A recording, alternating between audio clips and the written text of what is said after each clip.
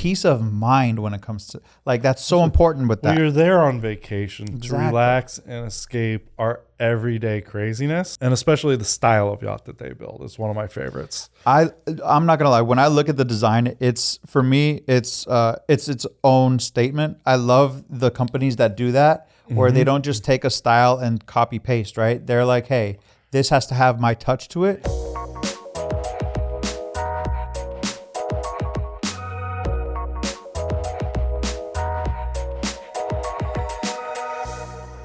Welcome to another episode of the Southern Boating Podcast. I'm Ian Sneed. I'm James Anderson. And today we're going to be talking mostly about one subject. But before we jump into that, we're going to talk about chartering and maybe a few notes on chartering if you're going to Tahiti, right? There's a few things that we want to point out, something that you should really take into consideration. So that's going to be the little destination piece. And then we're going to get into more detail about the MJM 42.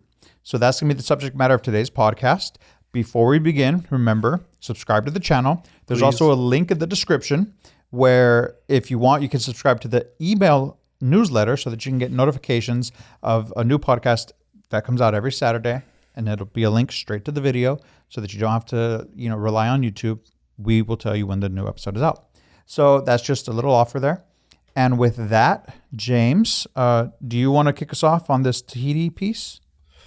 I definitely can. So obviously, I think it's on page 44. Yep. We have the Tahitian Temptation, a chef's perspective of chartering in the Society Islands. Now, I read this, and because I'm a foodie, right, I enjoyed reading this because it was interesting to see all of the different things that they were enjoying while they were on their charter. Right. But to me, I took more away from this than what I think the standard person might reading this. And I imagine all of our readers kind of will because they have the same mindset we do, is that this is more about understanding when you're booking a charter of some special things that you're going to be looking for. Like picking a charter company that's going to give you somebody like a tour guide that is a local tour guide that can take you to all of the spots that are important to go see, that you wouldn't be able to experience if you weren't a local, right? Or you didn't have that local knowledge. Exactly right. So in this, knowing some of these different things is number one, when you're chartering, especially a charter like the Moorings, which they're really good at this, is providing a tour guide. Yes. Right? Yes. And a knowledgeable tour guide. In fact, recently when we visited the Moorings during the Fort Lauderdale Boat Show, that was one of the big topics of discussion with Skip's recent charter out in Greece. They talked about the tour guide and how good he was. Yeah. And that was really their captain. It's an extra touch. But he doubled down as a tour guide. Right. It's an extra touch that I think a lot of people might not think about when they're booking a charter. They're just thinking, I want to have a boat when I'm out visiting this location.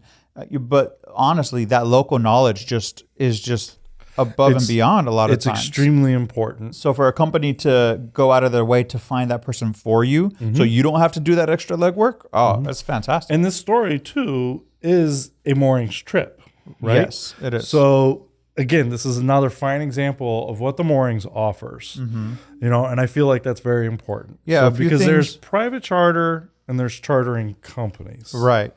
Yes. So, and understanding the distinction between the two. And a few things I put here, because I did mention, or it did mention that Moorings provided all the provisioning for the boats. Right? Correct. Which I thought was awesome. Instead of you having to figure it out compared to like with a private charter, this one actually has everything. They're taking care of you because that's part of why you go to a company like the Moorings. Exactly. They also provide assistance if for some reason something happened while you're out and you're like, oh, I need this piece, this needs to be fixed. Or the boat needed repairs or anything like that. They're there. They have people there, so they would show up to help with those problems. Exactly. Peace of mind when it comes to, like, that's so important with that. You're there on vacation to relax and escape our everyday craziness, so having that insurance policy, basically, if you may call it, is, to me, unbelievably important. Being able to know that if anything happens, that they're going to come out and take care of it almost immediately.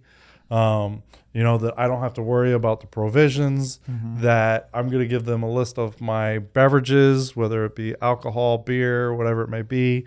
They can, provision those for us as well, is super important. And then getting that local knowledge, I can't stress that enough, because you're out there to explore.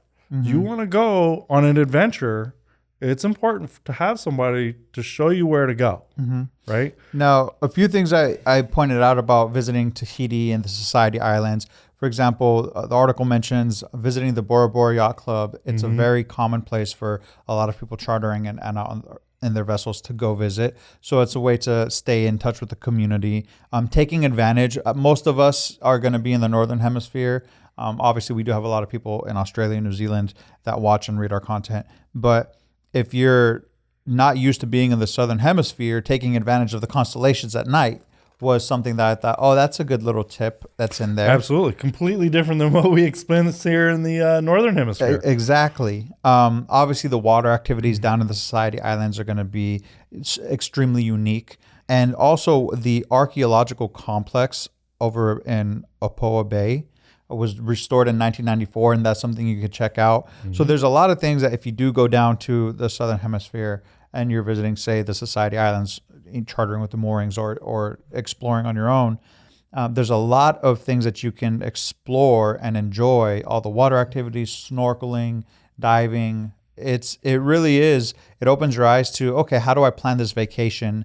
What company do I want to charter with? Right, and it takes a lot of the legwork of you doing it out of the equation. Exactly. Right? Because a lot of people I know that do charters, they put a lot of work into it, right? And they might not have to hire a tour guide at that point in time, but not all of us have that flexibility to free up that time to do the proper research, to know where we want to go, how to get there, when is the best time. You want a vacation to be a vacation. Exactly right. You do. So to me, this article, number one, I enjoyed reading it because it's a foodie kind of article. Yeah. And I'm a foodie guy, especially being a Johnson & Wales graduate. Yeah.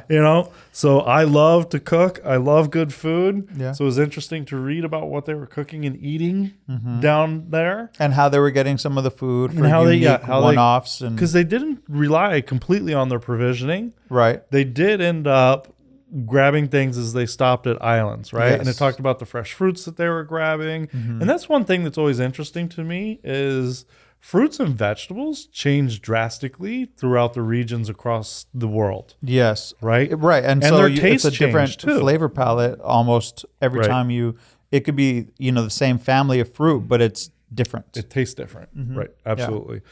So for a good read about chartering, down under, not really down under. It's not Australia, right? But it's Tahiti. It's the Southern Hemisphere. It's a great read. And if you're a foodie kind of guy, maybe it'll give you some ideas on some foods to try. Right. Surprise the wife. You can try that, sure. So, sure.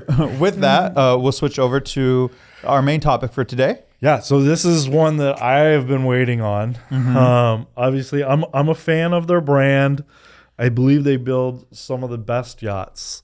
And especially the style of yacht that they build is one of my favorites. I'm not gonna lie. When I look at the design, it's its own statement. I love the companies that do that, where they don't just take a style and copy paste. Right? They're like, hey, this has to have my touch to it. They take a little bit from here and a little bit from there and blend them together. Yes, because that's kind of my mindset in life. Is let's be honest. How much you of want us all can the best of what you enjoy, right? And it's not all comes and sourced from one thing. Exactly. And so when you see a company like this do it successfully, you're like, oh, it's a beautiful boat. You can see all the ways you can use the vessel just immediately pop out to you. I love that. So the boat that we are talking about and the brand is MJM's new MJM 42. And I've got to say, the more I look at it, the more I like it. I had the opportunity to see it in person at Flibs, and there was a lot of things that I took away from it. Number one, I've been around long enough that I remember MJM's original 42 and the distinction and the look that it had. And now to see this, I'm even more in love with it and enjoy the designs, because as the article mentioned, it is a blend of two different designs. So originally they were more of a Downey styled boat, right? Built in the same boatyard as Boston Boat Works. They since moved to North Carolina, right? And now they incorporate a little bit of that Carolina flair to it as well, which is super smart. It's great, especially if you're using the vessel offshore, because that flare helps prevent, the spray from coming on and getting you wet. So there's elements to the design that aren't just visual, but useful and helpful. So the fact that you see the evolution of the brand with its own timeline, I think is great. Right. Now, a few specifications I'm going to touch on before we get into it. Length overall, 46 feet, 8 inches. The beam is 12 feet. The top speed, 52.6 miles per hour. A cruising speed of 31 miles per hour. And a range of 380 miles. And I'm trying to remember... I believe that was on the Mercury V12s. The Mercury V12s, yeah.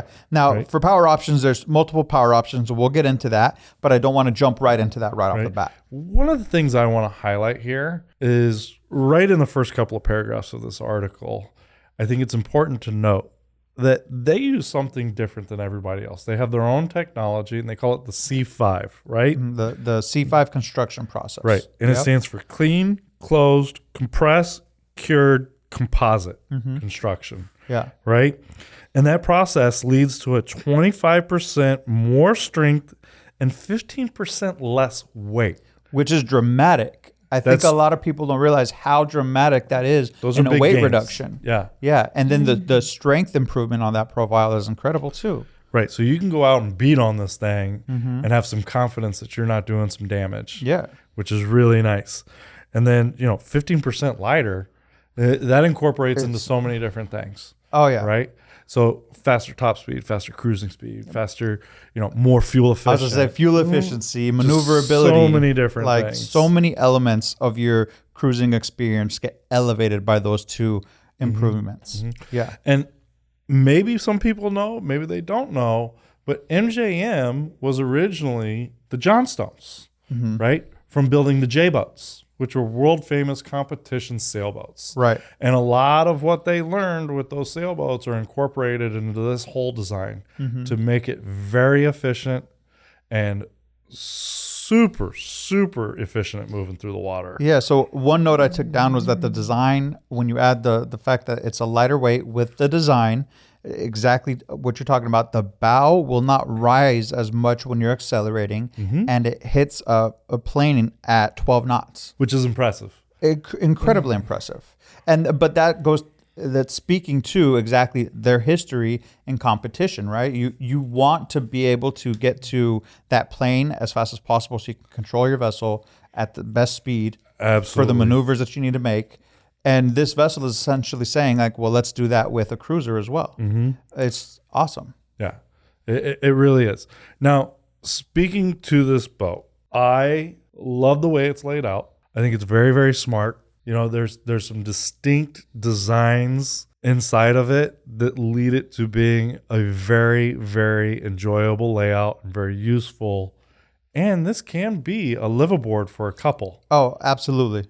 Absolutely. And I find that very interesting because when I'm looking at the pictures, when I've seen it in person, the one thing that strikes me is the woodwork on the boat. And it's all handmade. None of this is it's not outsourced. That's what I love. They have an in-house woodworking team. Right? Correct. And that right there. So when you look at the photos, you see the beauty. You see the article will tell you of all the wood options. I don't know if you want to run through it or not. When you think about the fact that they have the variety of wood choices plus an in-house woodworking team, you can see that it's a handcrafted interior. Just that right there, it's not off a production line. It's a team that worked on your vessel. That to me, when it comes to luxury, when it comes to comfort, when it comes to elegance and refinement, that is exactly what you're getting just in that experience. Yeah. And then what I liked about this is the main deck is all one level. There's no steps in it, right? Right.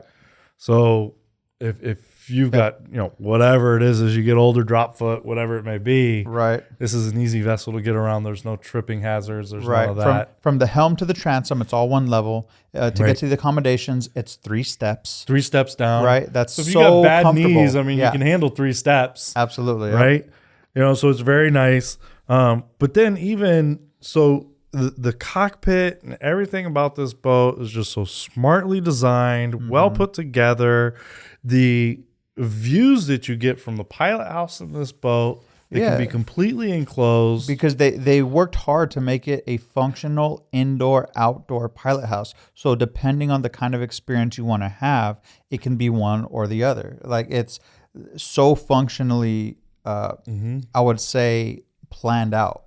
Right. Does that make sense? Absolutely. Like they planned out the functionality to a T. So what we'll do is we'll move through the boat, but let's start down below. Sure. With the accommodations. Okay.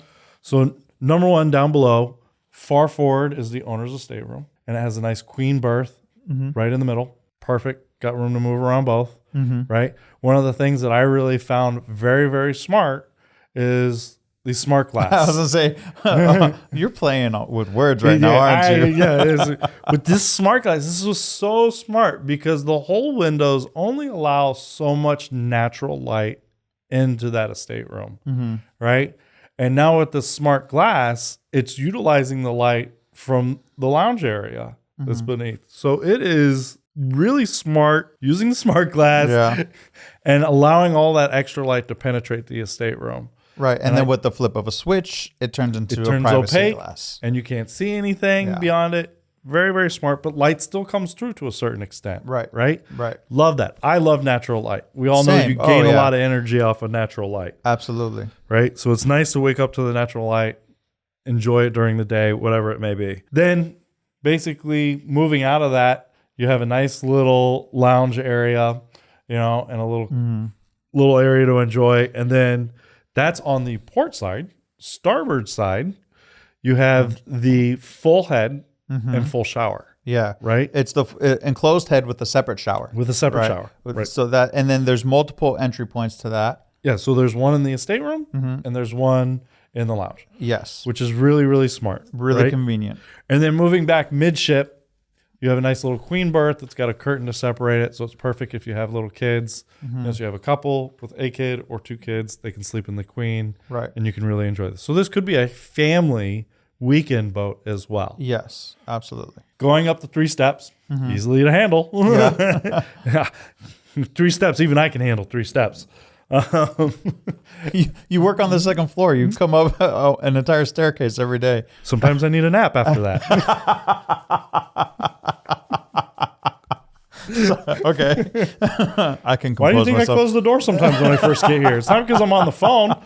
I always assume you're on the call. That's like, James on a call. You had a 9 morning times call. out of 10, I'm on the You're call. like, But I'm taking a nap, guys. I'm going to take a nap. But you're right. The 3 stairs steps wore me out. 3 steps is easy, and right off the bat, you're looking at the pilot house, right? You have the helm.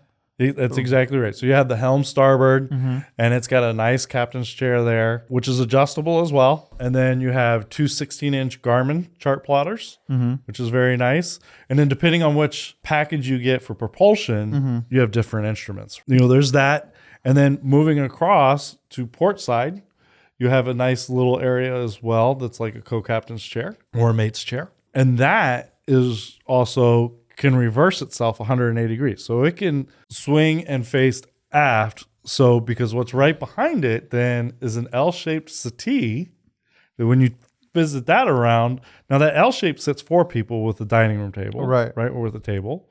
But when you switch that chair around, now it could possibly fit 6. Yeah.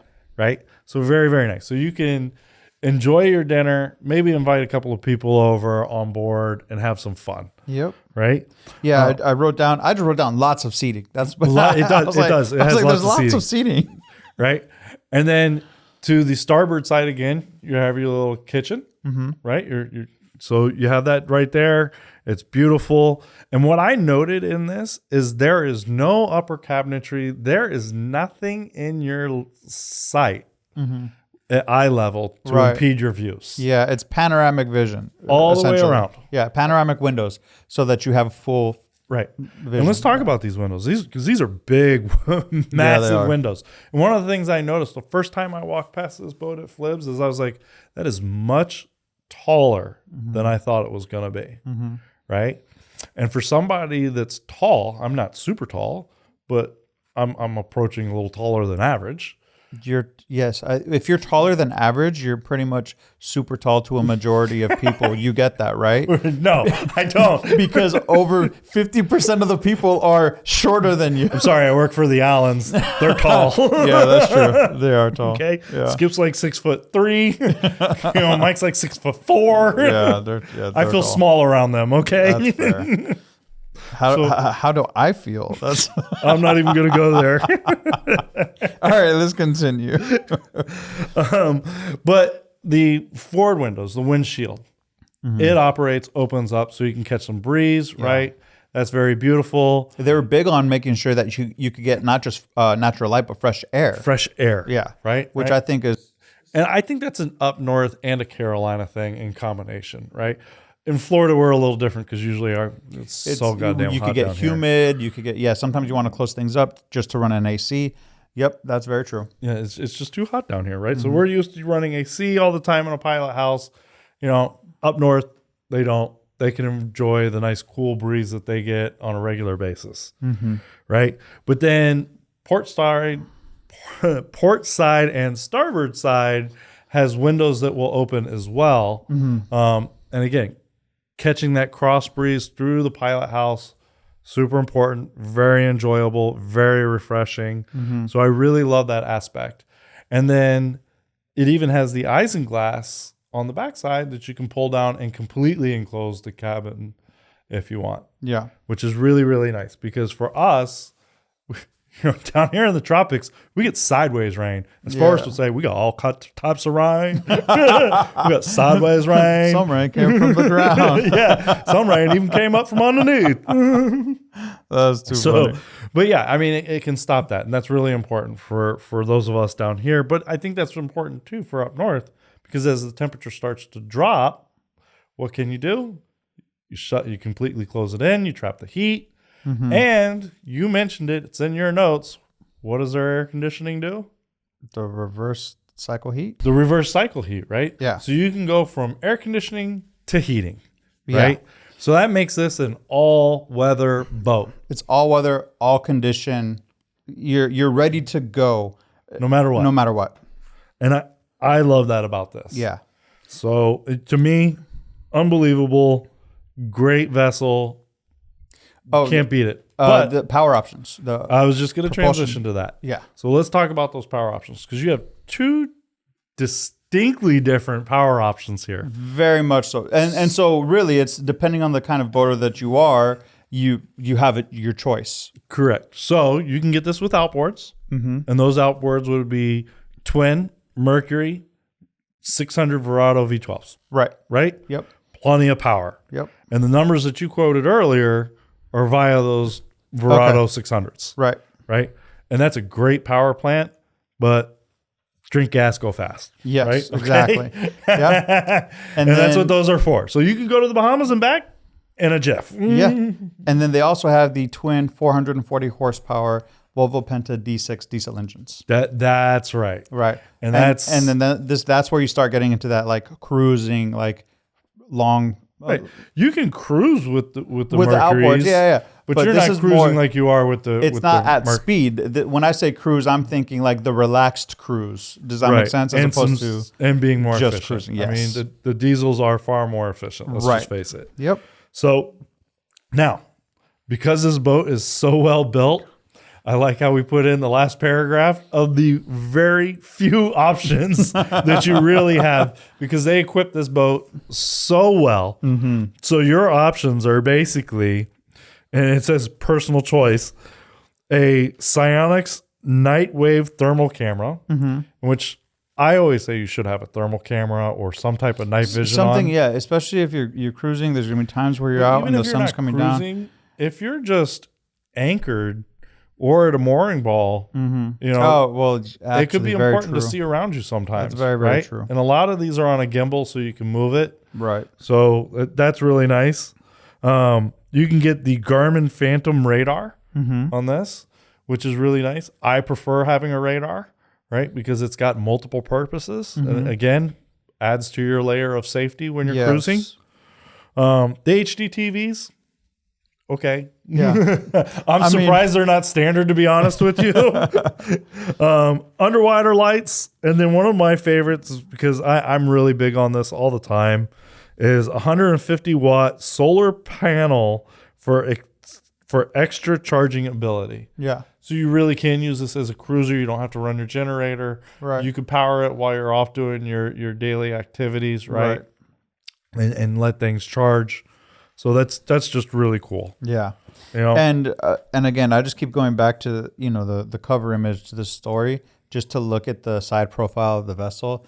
And every time I look at it, I'm just thinking like, oh man, it's well, to me, it's my favorite color too. So I really just like can't the combination of colors. Right? Yeah, the gold stripe with the the blue. It's like kind of like a lime green gold. It is. It's really sharp. Yeah, it looks so clean. So clean. Yeah. So that's it for us this time. Make sure you come back next week and check us out. For now, I'm James Anderson. I'm Ian Sneed. See you next week.